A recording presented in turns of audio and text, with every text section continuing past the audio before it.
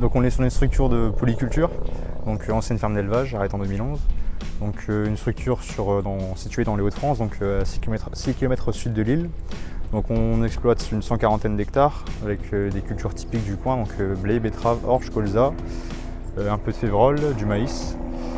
Voilà globalement l'assolement. Pommes de terre. Pommes de terre aussi, ouais c'est vrai. Donc on est client Valtra depuis septembre 2009. Donc pour l'instant, toujours satisfait. Et donc on passe par l'établissement Messéan. Donc ça fait maintenant Depuis 75. 75, donc un peu ouais, 46 ans. Donc voilà, donc une relation de confiance qui s'est installée et toujours aussi satisfait, que ce soit du concessionnaire ou de la marque Valtra.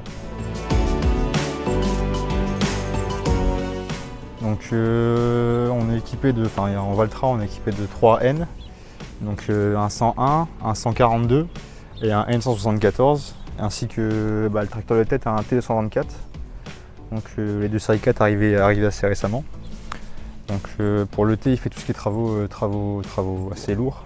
Donc du déchômage, de la plantation pommes de terre, du semis de blé, du labour quand il y en a, mais ça devient de plus en plus rare.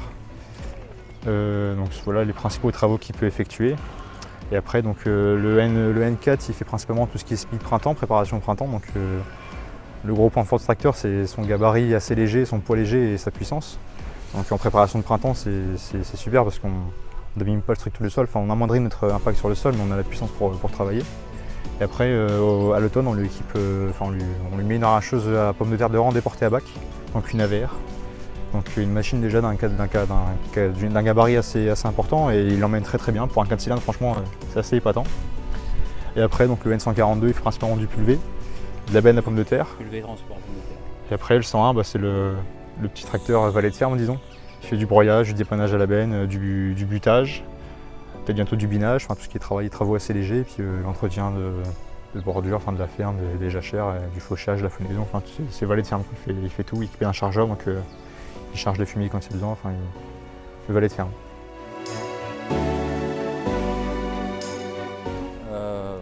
8 non? Faut compter. Je crois que ça fait 8, non? Faut compter. Ouais, ça doit être à peu près ça. 8 Valtra, ouais. Enfin, c'est le 8e quoi. La fiabilité. Ouais. Après, Il n'y a pas de souci. ce qui est bien aussi chez Valtra, c'est le largeur de gamme. On peut passer un tracteur très basique à un tracteur assez sophistiqué. Donc là-dessus, c'est vraiment le client, il fait ce qu'il veut, quoi. On voit le 101, c'est un high-tech, il est assez simple, il est basique, on sait intervenir assez dessus, il est fiable, il est robuste, pas de problème là-dessus. Et après, on peut monter en gamme aussi avec les séries 4 aujourd'hui et l'évolution qu'il y a eu qui est assez énorme quand même, entre les séries 1, 2, 3 et la série 4. Ici, par le 101 et le 141 qui étaient en advance et le 101 high-tech, et tout le reste, tout ce qu'il y a eu d'autre, c'était du direct. C'est Thomas qui m'a mis le pied là-dedans. Moi, ça aurait été simplement pour moi, j'aurais jamais fait. Maintenant, pour Thomas, lui était plus passionné par ce système de guidage et il m'a fait la preuve par A plus B que économiquement ça pouvait passer et qu'il fallait pas s'en passer. C'était ça son principe, c'était de faire admettre que l'investissement était à faire et je crois qu'aujourd'hui tu ferais plus ça. Quand on prend un tracteur qui ne l'a pas, on n'est pas heureux. On sait qu'on le faire quand même, donc on n'est pas. Ouais, mais bon. C'est pas pareil. C'est sûr que c'est. J'ai un copain qui me disait encore, le guidage c'est bien, mais je suis pas encore arrivé là. Aller droit, je sais faire. Aller droit, tout le monde sait faire. Mais par contre, avoir le bon raccord, ça c'est plus compliqué. Parce que le GPS, c'est sûr, on voit toujours la partie droite, mais c'est aussi les raccords. On voit bien quand on pulvérise en pommes de terre ou en blé, on est à la bonne place. En 33 mètres, c'est 11 plaines de 3 mètres à chaque fois. Si on recroise de 10 cm à chaque passage, ça ne représente pas grand chose, mais finalement, au bout de la rampe, ça fait 1 mètre. Donc on voit vite des économies de carburant, des économies de phyto, de temps passé aussi, de confort, d'usure. Confort de travail. Les journées moins fatigantes, ça se voit. Il y a un point qu'on n'est pas obligé de s'occuper, c'est la direction. On peut se consacrer à tout ce qui est derrière et devant. On a la possibilité de regarder tranquillement ce qui se passe autour. Puis on optimise beaucoup plus l'outil. Voilà.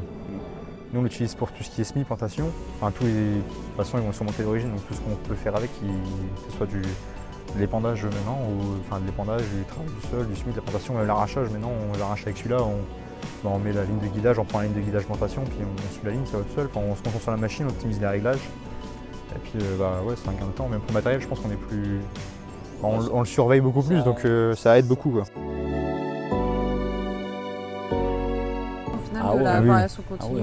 On n'aurait pas renouvelé, je pense. Mais si, ouais, c'est confortable, c'est souple, c'est économe en carburant aussi. C'est ce que je dis toujours, on est toujours à la bonne vitesse. Et au bon régime.